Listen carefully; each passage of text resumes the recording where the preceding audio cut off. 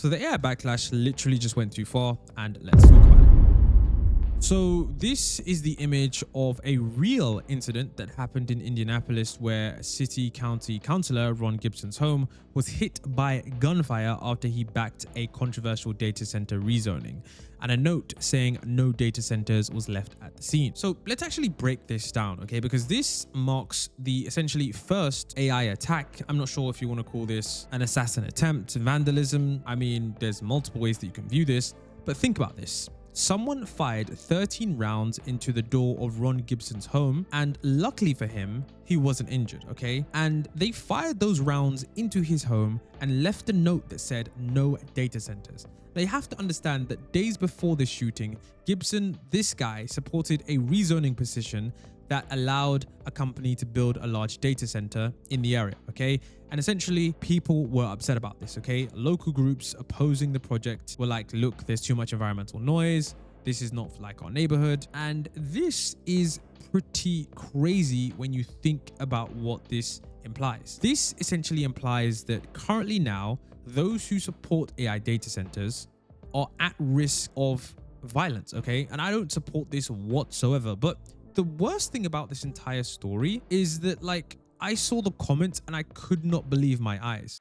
Take a look at some of these comments underneath this story of someone shooting at the home of a guy who supported a data center.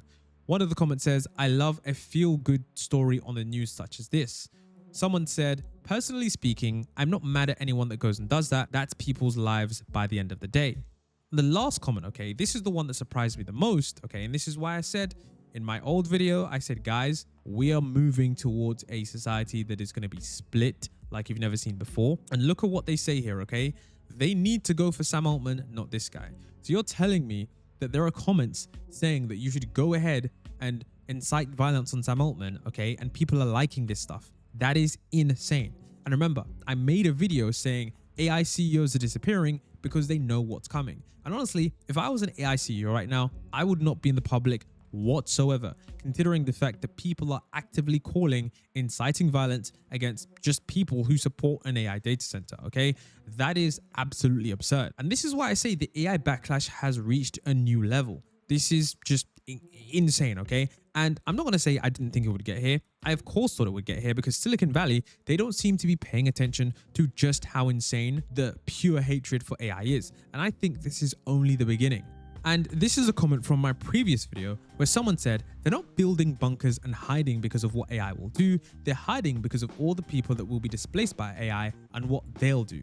And this is why I said this was concerning, but it was predictable, because in this video where I talk about the growing AI backlash that nobody wants to talk about, I said that people are going to incite violence against those powerful figures. And violence is never the answer because it just doesn't make sense. And I quoted something, okay, that I said was genuinely concerning, because when Mark Cuban was saying that creators should love AI, and to be honest, it wasn't the best point. He didn't frame it in the best way. It was kind of like a tone-deaf point about how creators should love AI and how it makes uncreative people creative. There was actually a scene that was cited where someone shot Mark Cuban. Now, for the reference, it is a movie scene. It isn't some gore scene, and you don't see the scene in the video. I just simply talk about it. But the point I was trying to make here is that someone citing that with a movie scene where they shoot Mark Cuban and it had more likes than the initial tweet is pretty concerning, because now we can see here is that people are essentially firing shots into the home. I mean, imagine if he was home. Imagine if he had a family member that was home.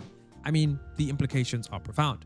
And you can see that Taylor Lorenz here said that I think a lot of tech people fail to realize the broader sentiment around technology right now. And I would argue, guys, this is true. I remember in my free school community, I polled several of you guys and I said, what is your opinion on AI?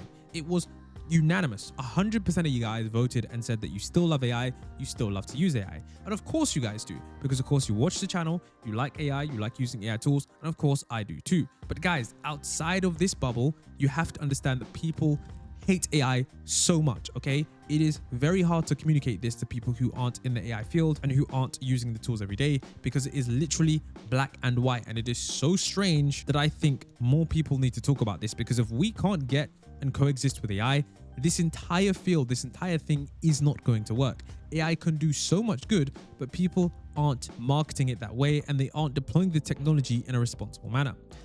I mean, look at this, okay? You can see that when Oracle fired people, now they're getting death threats, okay? 6 a.m. email, and Larry Ellison just hired Blackwater level private security, okay?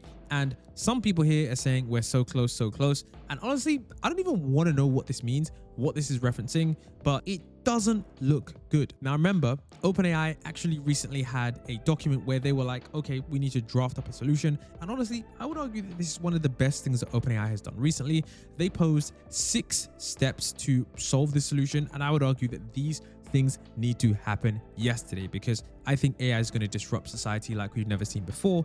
And if they don't do this, it's not going to work. You're going to roll out AI tools to people who are going to refuse to use them, and society is just going to be destabilized, and it is just going to be absolutely awful. And I can see here that, you know, this economic disruption is really going to happen because OpenAI is trying to push this with Washington, and I really hope they do. Now, there was also a tweet from Chamath here, tweets that if tech leaders don't organize and get America on their side, the situation on the ground, as seen in the 3 charts below, will get worse before it gets better.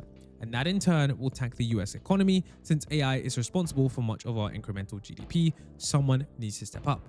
Now, what is he talking about here? Let's take a look at these 3 charts. And this is why I say, please pay attention here, because once you understand this, you'll understand just how bad the perception is around AI, and nobody is talking about it. They're pretending this doesn't exist. It does exist, and you need to talk about it, because if you don't change the perception, nobody's going to buy into the tools, okay? It's not going to hit mass consumer market and change the world if the massive consumer base absolutely hates the technology. Now, you can see here that negative perception around AI is now worse than ICE. So currently, this is arguably the third, most negative perception thing. I'm not sure of where this study is from, but it's definitely sound. And you can see here that this is not good. AI is supposed to be something that people like. Being this unpopular is really surprising. And I'm actually going to include some clips of multiple videos of people talking about how much they hate AI and just how much support they do have. When you're talking to someone and then you realize, and you didn't expect this, you realize that they like fucking love AI. Like they're obsessed with it. They're like, oh yeah, I use it for my email and my calendar and my recipes and my planning this. And oh, we have nothing in common. Okay.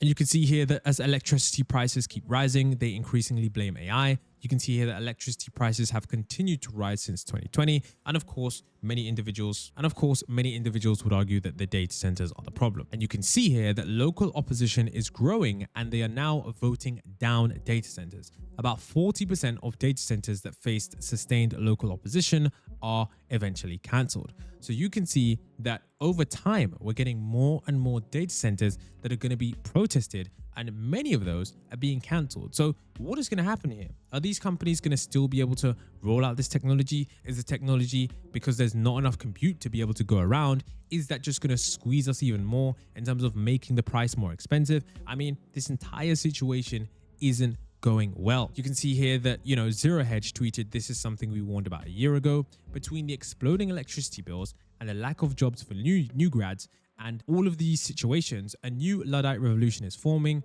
They will be burning down data centers within a year. And genuinely, guys, I would not be surprised in the slightest if a group of people did that, if a group of people did some kind of violence or some kind of arson towards AI or data centers. Of course, I don't think ever that is the case. I think there are clear ways to actually get the tech companies to listen. But I think this is something that really needs to be in the top level of AI companies' priorities, because if they aren't, then things are just going to get worse. And I really don't want to have a situation where, innocent people get injured or harmed, or with this scenario, like imagine someone innocent was inside. I mean, this is just a terrible scenario that could have resulted in the death of someone, which this doesn't have to occur. And I saw this article that talks about, the increasing vandalism across UK and US cities against delivery robots, including graffiti, physical attacks, robots being knocked over. And essentially, of course, this tweet, I really do love how this tweet was framed, because I hadn't seen this take before, and it was one that was refreshing. So I'm going to read this verbatim, but I think it is a unique perspective on why people hate delivery robots. And it says, delivery robots occupy public sidewalks built and maintained by taxpayers, operated by private companies that pay nothing for their space and answer to no one locally if something goes wrong. They're also showing up in cities where gig workers are already squeezed, where the promise that technology creates more jobs than it eliminates is wearing thin, and where the people most affected by automation have the least say in how it gets deployed. The robots are an easy, visible, low-consequence target for frustration that has nowhere else to go. Companies treating this purely as a security problem to be solved rather than a signal worth understanding are going to keep replacing every robot that costs them $2,500 indefinitely. And I couldn't agree more with that statement. And of course, here you have the other problem with data centers, and this is where Amazon was using huge volumes of water to cool those data centers. Because the data centers use water that has nitrates from the area, water evaporates during the cooling process, and what's left is highly concentrated nitrate water, and that nitrate water goes back out into the farmland and effectively ruins it. And you can see here Amazon agreed to pay $20.5 million to settle the allegations out of court. And I mean, what else do we need to say here? So, I mean, I would love to know your thoughts about this. I've tried to have the conversation with many different friends about AI and how you can use it. But trust me, guys, even as someone as deep embedded in AI as I am, I literally cannot do it. Like, I cannot convince individuals to use AI. And these are normal individuals. These aren't people that are Luddites or anti-technology or some fringe groups. This is the majority of people outside of AI that are working a normal job in just normal careers, just things that are not connected to AI that I speak to. And if they don't like AI, can you imagine those that are personally affected by it? I would say that hopefully this trend reverses. I'm not sure what it's going to take, but there needs to be something.